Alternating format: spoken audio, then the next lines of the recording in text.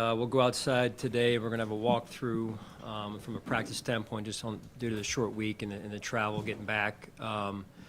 Injury report rather clean at this point. No new updates for you, injury-wise, to discuss at any length at least. So that's what I have for you, and I'll turn it over to you with your questions. Sean, I wanted to start off by addressing yesterday's news regarding Terry and some of those allegations. Has there been any vibe in the locker room, reaction among your players, or have you felt the need to address that at all internally? Well, we put out an internal thing yesterday here with the leadership group, and in the 6 years, now going on 7 years that I've known Terry Pagula, that is not his character, and that's not the man that I know.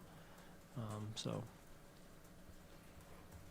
Hey, Sean, what about Josh Allen's approach and maturity allows him to turn the page so quickly and while also learning from the mistakes so many?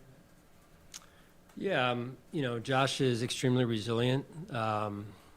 We've been through this experience before in terms of having to, reset after a game like that, and that's what I expect him to do fully.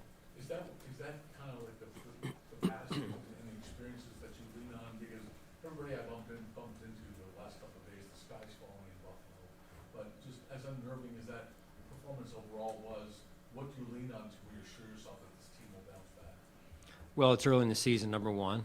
I've been through a number of years around the NFL, so thankfully they don't stack all the games into week one, that you get a chance to come back the next week and develop and make the adjustments you have to make. So that's what we're focused in on right now, and going out here to practice and get ready for a good football team. Sean, would you say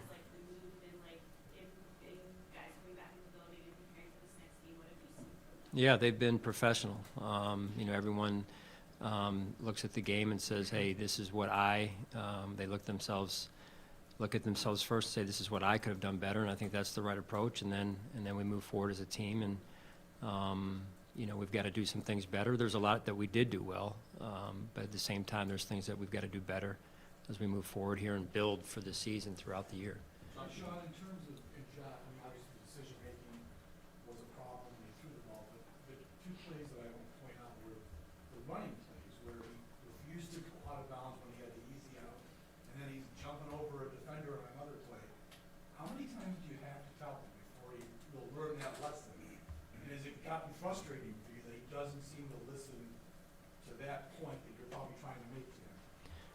Well, he's competitive. I know that. We all know that, right? And you see it in full display every weekend. And those are conversations that have been had and will continue to take place. And at the end of the day, he's got to do it, because I'm not out there running the ball or throwing the ball in this case. And I know the two plays you're referring to, and probably a couple others that he had a chance. He should have gone out of bounds. And again, it gets back to, as Josh and I have discussed, being a great decision maker. That not only means where you throw the ball, but also what you do when the ball's in your hands, just overall, and living to play another down, whether it's with the ball in your hand, running it, or throwing it.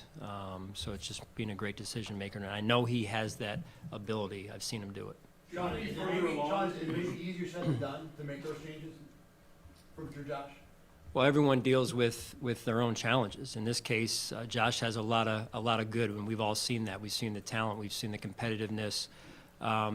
So everyone has things that they're working on. In this case, Josh is working on these areas of his game, and I fully expect him to make the adjustment. Are there other ways you can help on that when it's his competitive nature besides just hearing it from you guys, whether it's practice on the sidelines, or are there other methods that can help him?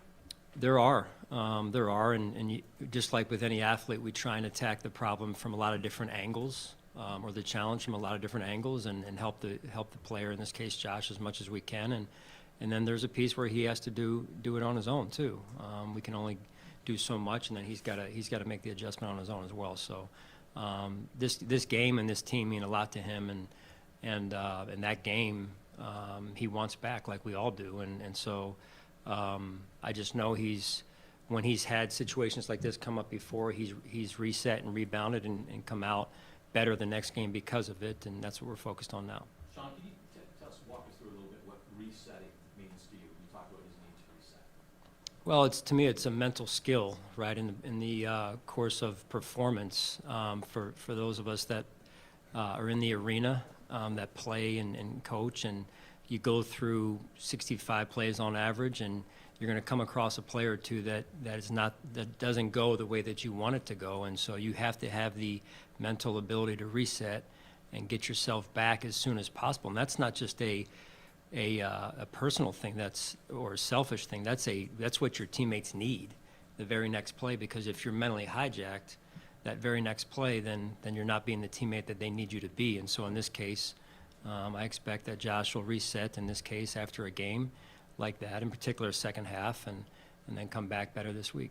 Sean, what did you make of, after you watched the film of Torrance's debut in there? Did he look like he held up pretty well against a pretty good front? He did, yeah. I mean, again, really nothing new to report from a respect standpoint for Saibo. I mean, there was some plays where you're saying, yeah, he's a young player and he struggled a little bit on that play, but then there's other plays where you're saying, hey, he was pretty poised in that situation just over the course of the entire game against that type of front, and that's in that environment as well. Sean, you want a game like that against a line like that for his first start? I mean, that's not going to get much. Yeah, we threw him in a little bit, right?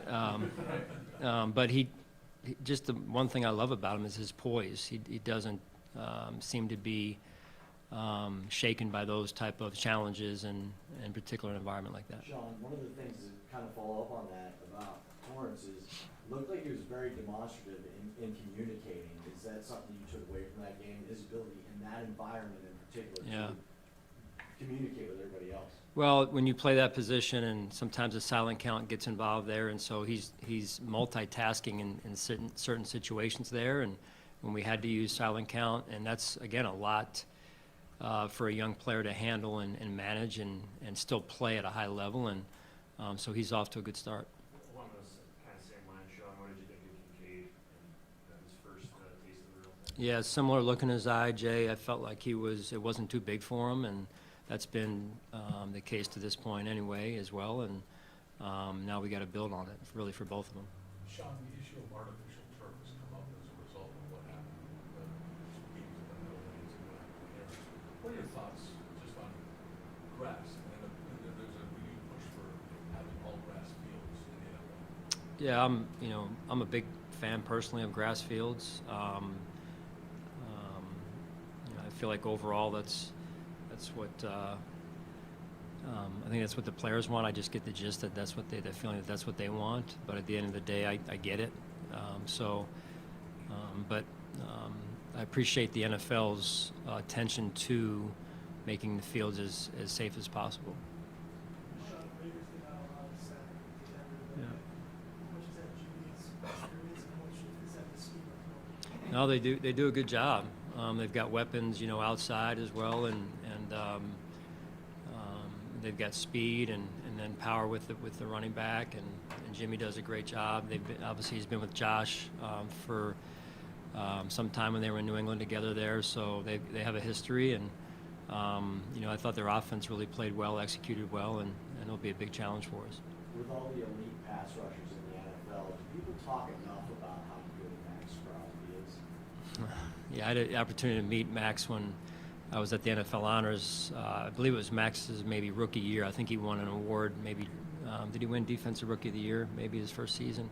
Anyway, we met in an elevator there, and I was very impressed with him as a person, just how humble he was, how down to earth he was, and so his success since that point in time is of no surprise to me, and I'm sure that many that know him well, I don't, but I've just heard great things about him and his habits and his off-season regimen and everything. Sean, going off that, what is it about Christian Benford that just seems to have, for a 6th-round pick coming out of a small school, maybe he doesn't have all the physical talents, but he just seems to have something in him that has made him successful? Well, I think the one play that sums it all up for me, at least, is the play where he made the effort play chasing down the running back. I mean, you want to talk about a play that should be shown on SportsCenter when we're trying to teach our kids habits and proper habits, and those are the plays to me that need to be shown to kids when you're trying to teach. I've got young kids trying to teach them, hey, this is how you play the game. This is how you live your life. He outworked people, and the result of it was it saved us 4 points at the end of the day because it saved the touchdown. We gave up the field goal there, but I think that's what should be written about. That's what should be on television if we're teaching our kids and teaching society the right way. Is he the quietest player on the team? He might be. Yeah, he might be. He's definitely not one of the more talkative ones, that's for sure.